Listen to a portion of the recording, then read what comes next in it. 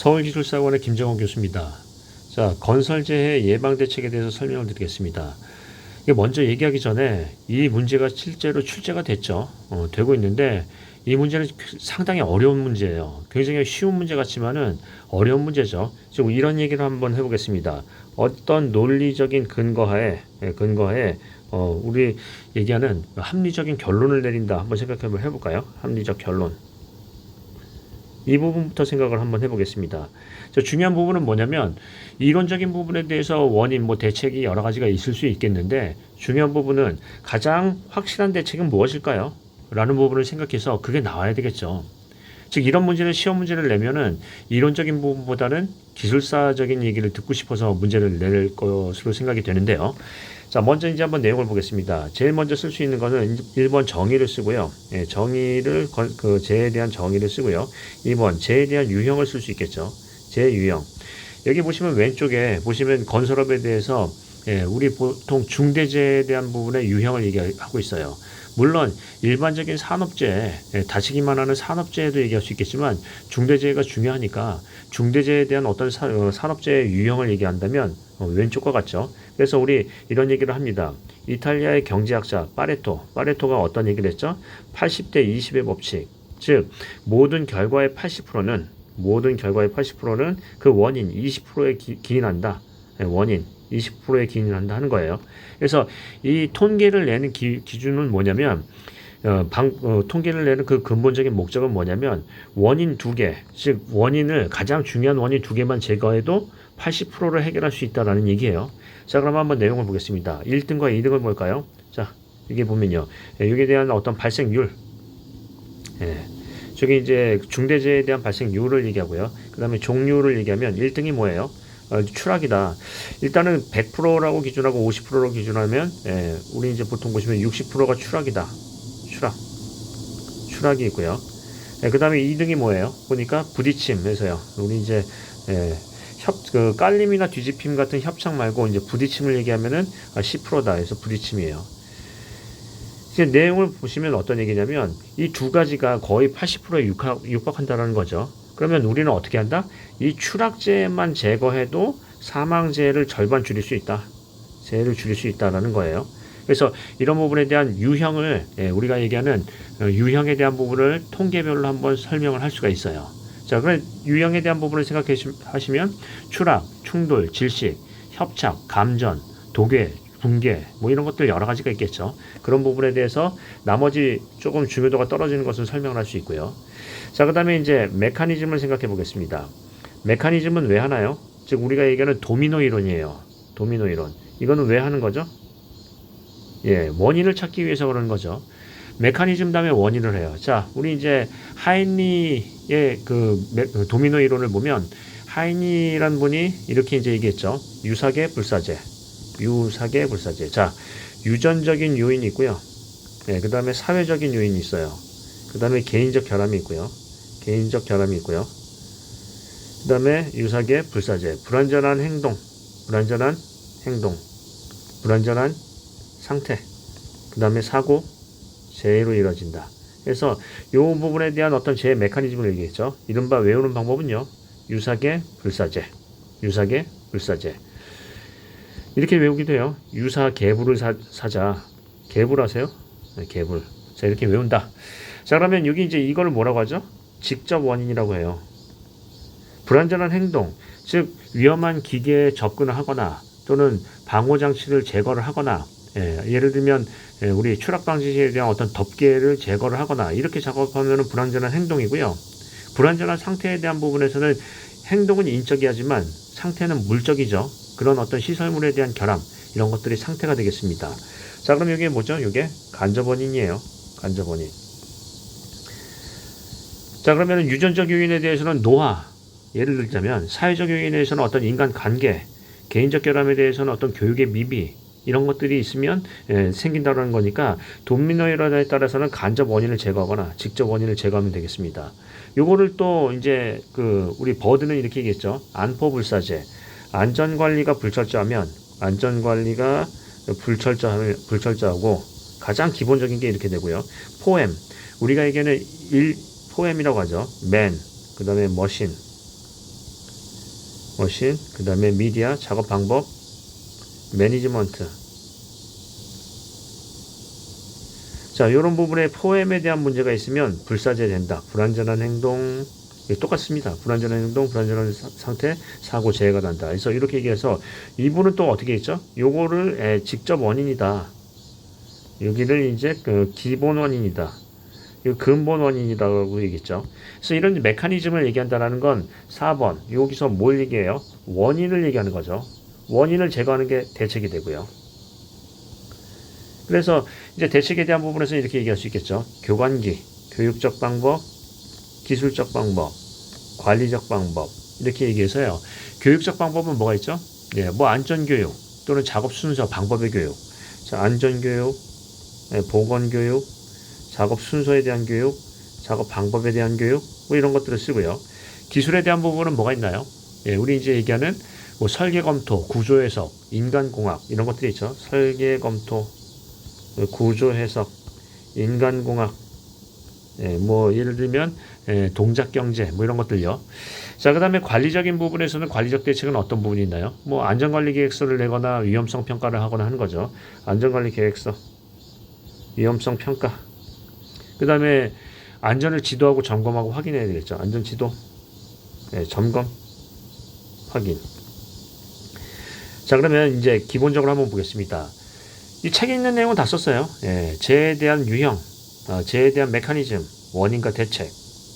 메커니즘에 대해서는 유사계 불사제, 원인에 대해서는 직접 원인과 간접 원인, 대책에 대해서는 교관기.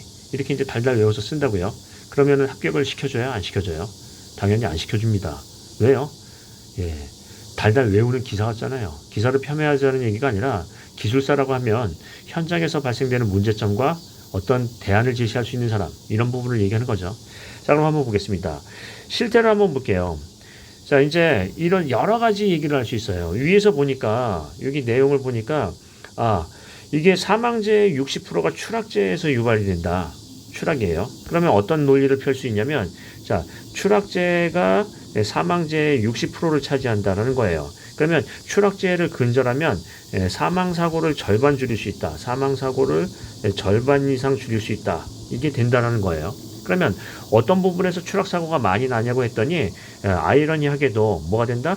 추락방지시설, 우리가 얘기하면 이제 안전난간이요. 추락방지시설을 고소작업에서 설치를 하다가 추락이 일어난다는 거예요. 그러면 이 대안은 뭐냐면 지상에서 선조립하는 방법이죠. 즉 우리가 얘기하는 뭐예요? 안전난간 선조립공법이 이 유효하다 하는 거예요. 즉 논리적인 결론을 낸다.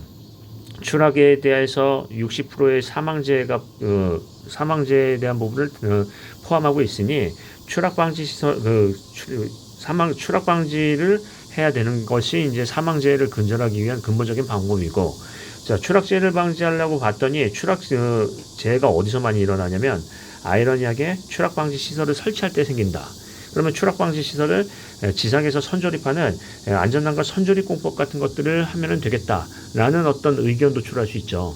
즉 다시 한번 얘기해 보면 맨 처음에 논리적인 근거하에 어떤 통계를 바탕으로 해서 합리적인 결론을 낼 수 있나요? 뭐요? 선조립공법이요.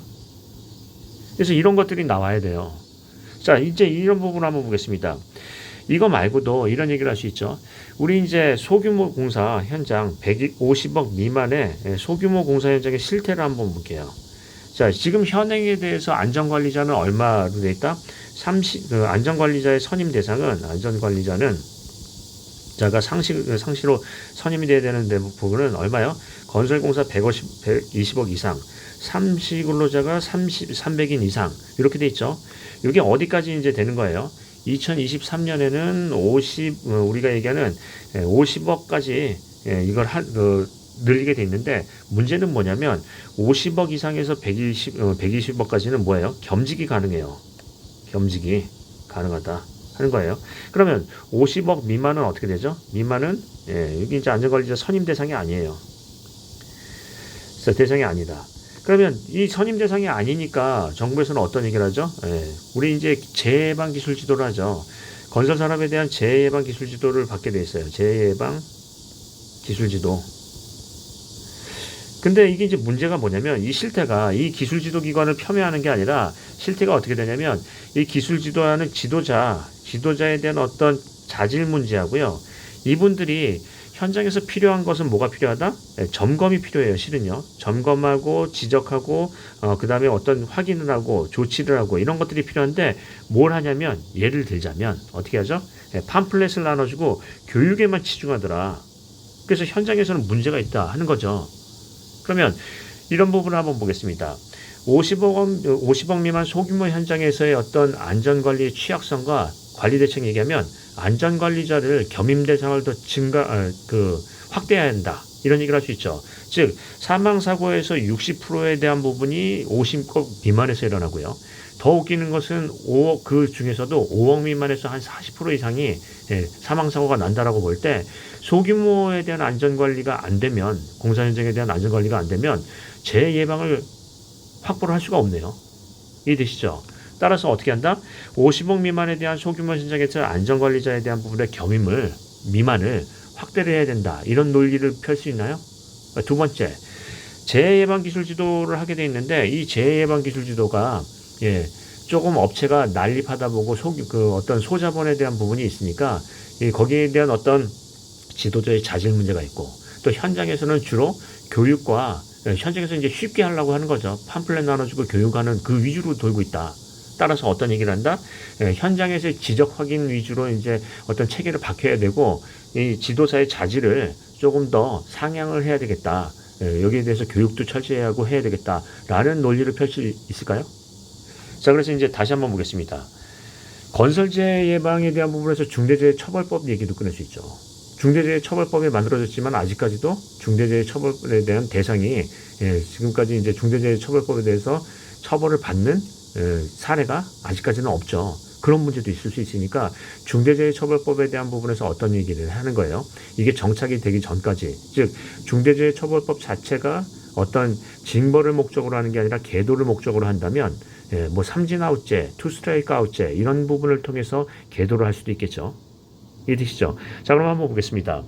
건설재해를 예방한다라는 게 상당히 어려운 문제예요. 그러면 시험 문제에 이렇게 문제가 나온다면은 건설재해 예방에 대해서 메커니즘에서 유사계 불사재, 원인에 대해서는 뭘 얘기해요? 직접 원인, 간접 원인, 유형에 대해서는 뭐 여러 가지 추락, 충돌 이런 얘기를 꺼내고요. 대책에 대해서는 교관기, 교육적, 관리적, 기술적 이렇게 이제 얘기를 꺼낸다 하면은 이건 기술사라고 볼 수가 없겠죠. 이런 얘기를 간단히 쓰고요. 어떤 논리적 근거에 근본적인 해결 대책을 봅니다. 즉 통계적인 내용에 따라서 어떤 선조립공법을 해야 된다. 중대재해처벌법을 어떤 활성화하기 위해서 투 스트라이크 아웃제 같은 것을 한다. 아니면요, 아까도 얘기했듯이 여러 가지 죄송합니다. 자, 여러 가지 이제 중요한 부분이 있지만 재해예방 기술 지도에 대한 부분을 조금 더 강화를 해야 된다. 이런 논리가 있을 수가 있겠네요. 그래서 기술사는 뭐가 필요해요? 전문가는 뭐가 필요하죠?